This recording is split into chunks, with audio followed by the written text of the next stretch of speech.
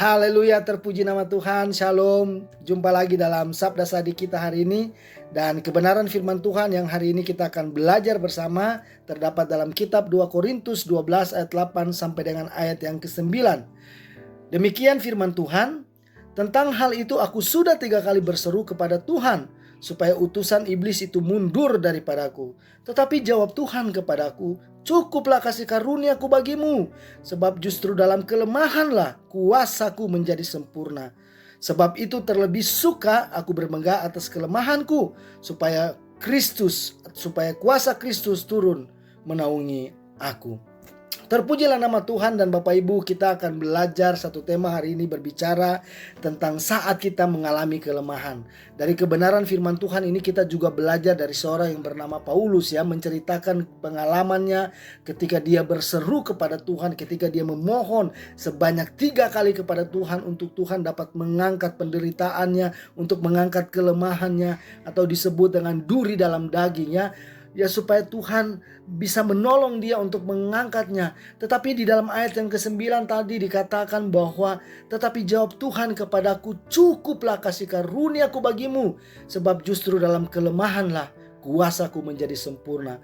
Jadi ada beberapa poin penting yang kita bisa pelajari dari kebenaran firman Tuhan ini. Kita bisa melihat bagaimana ketika Saulus berdoa, bagaimana ketika Saulus berseru kepada Tuhan. Tetapi poin yang pertama, saudara dan saya bisa belajar bahwa ternyata doa yang sungguh-sungguh itu tidak selalu harus dijawab dengan penghilangan masalah.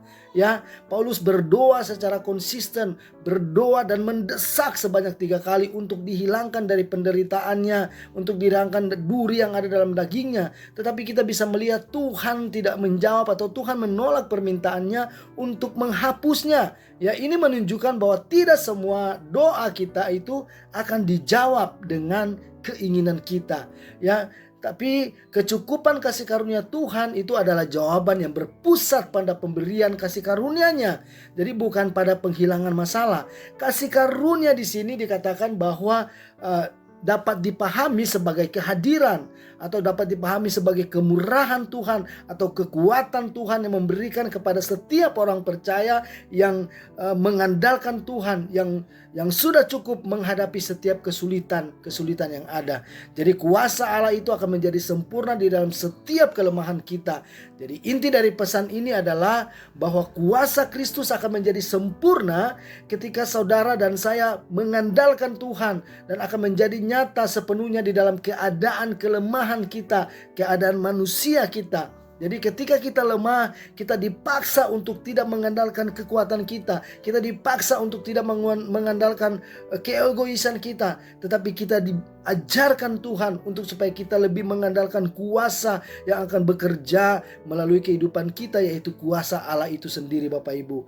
Jadi aplikasinya dalam kehidupan kita adalah ayat ini memberikan pedoman bagi kita untuk supaya kita belajar untuk hidup mengandalkan Tuhan di dalam setiap kesulitan, hidup mengandalkan Tuhan di dalam setiap kelemahan kita. Kita mau menerima keterbatasan kita, ya, bisa disebut duri dalam daging, ya. Terkadang masalah atau penyakit atau kelemahan atau karakter tidak diangkat, melainkan diizinkan Tuhan untuk tujuan yang lebih besar. Misalnya untuk menjaga kerendahan hati kita, atau kita diajak untuk menerima kenyataan ini dan mencari makna yang ada di dalamnya, apa yang menjadi kehendak Tuhan di dalam kehidupan kita. Yang kedua, kita belajar untuk mengganti ketergantungan diri kita kepada ketergantungan ilahi. Jadi kita bergantung sepenuhnya kepada Allah.